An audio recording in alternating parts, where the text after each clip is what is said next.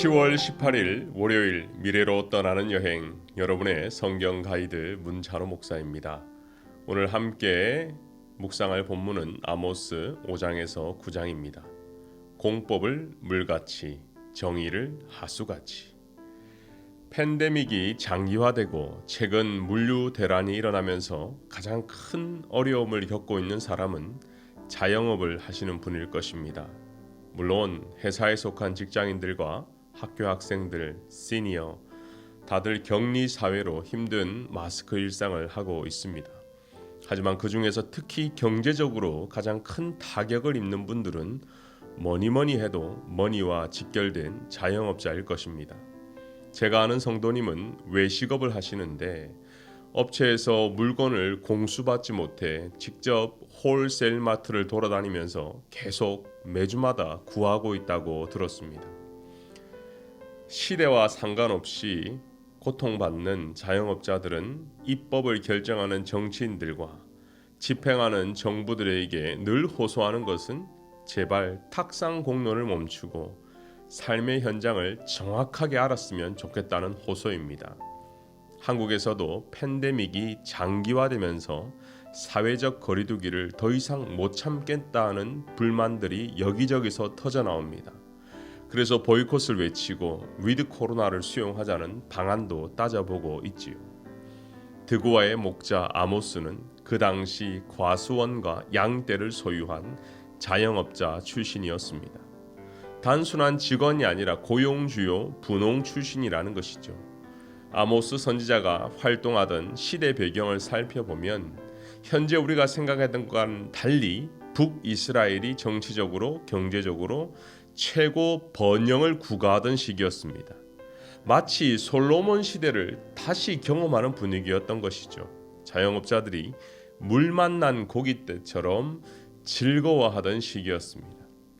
이웃 나라였던 강대국 아수르와 남쪽 이집트는 각자 집안 사정과 내분으로 인해 소국 이스라엘에 아무 영향을 주지 못했습니다. 그리고 북쪽 이스라엘과 남쪽 이 여로보암 2세가 서로 잠기 집권하면서 정치적으로 안정된 시대였죠. 그러다 보니 북이스라엘은 경제적으로 부유함이 찾아왔습니다. 자영업을 하시는 분들은 사업이 더 잘 되고 부익부가 실현한 것이죠. 하지만 그 이면을 살펴보면 온갖 불의와 불법이 만연했습니다. 경제적 번성과 비례해서 영적으로 도덕적으로 같이 문란해지고 뇌물과 비리가 판을 치고 빈익빈을 경험하는 백성들의 삶은 점점 피폐해졌던 것입니다. 자영업자 아모스는 삶의 현장에서 이것을 경험했던 것이죠. 한국은 6.25 전쟁을 통해서 가난과 빈곤, 극심한 보릿고개를 경험했습니다. 하지만 국민성과 근면과 성실함으로 기적적으로 대한민국이 되었죠. 정말 부강한 나라가 되었습니다. 지금은 세계의 7위 경제 대국이라고 합니다. 삼성 스마트폰, 현대 자동차는 세계적인 기업입니다. 어딜 가도 다 대우를 받습니다. 하지만 이렇게 부유해지면 생기는 영적인 질병도 우리나라도 걸렸습니다.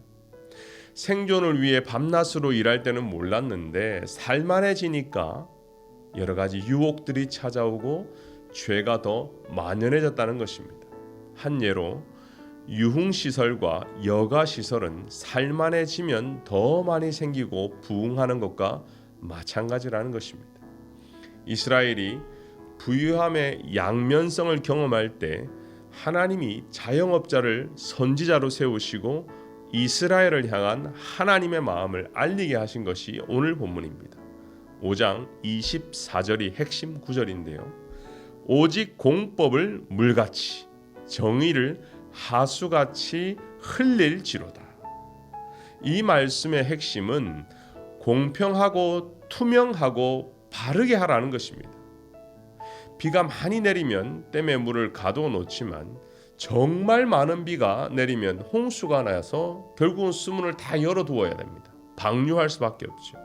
이러하듯이 공정과 정의를 온 나라에 흘려보내라는 것이 하나님이 우리 사회에 말씀하시는 뜻이라는 것입니다.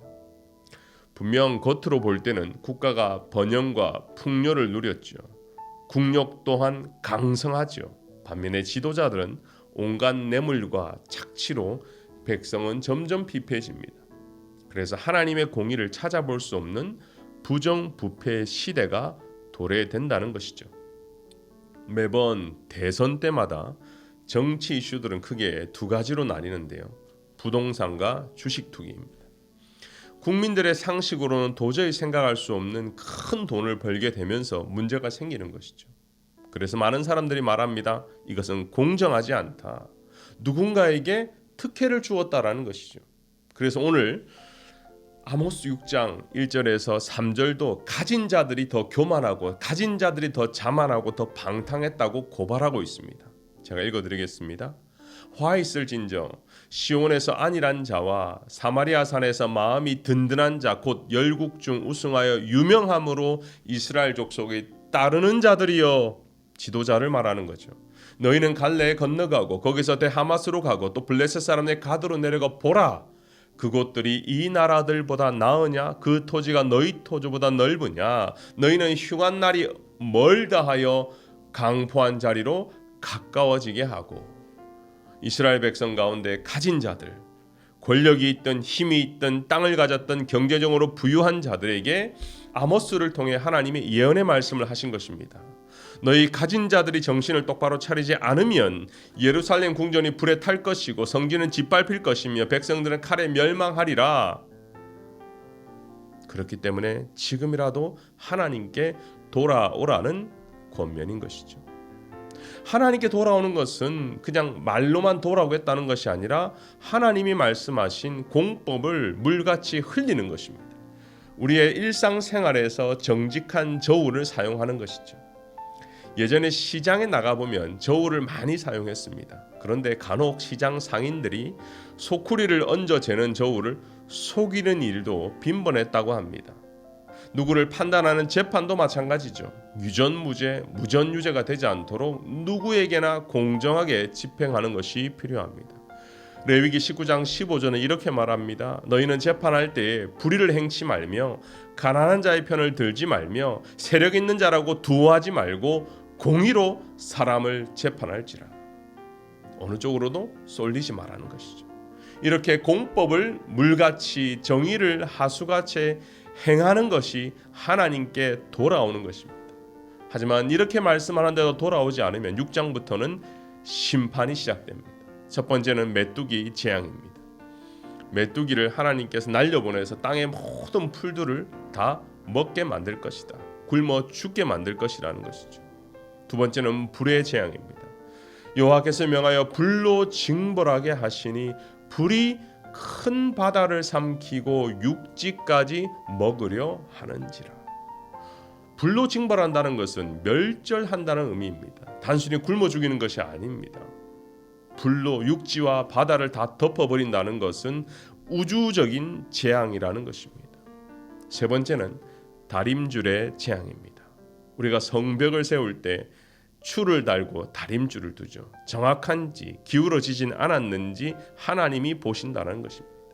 마지막으로 여름 과일 광주리 재앙입니다.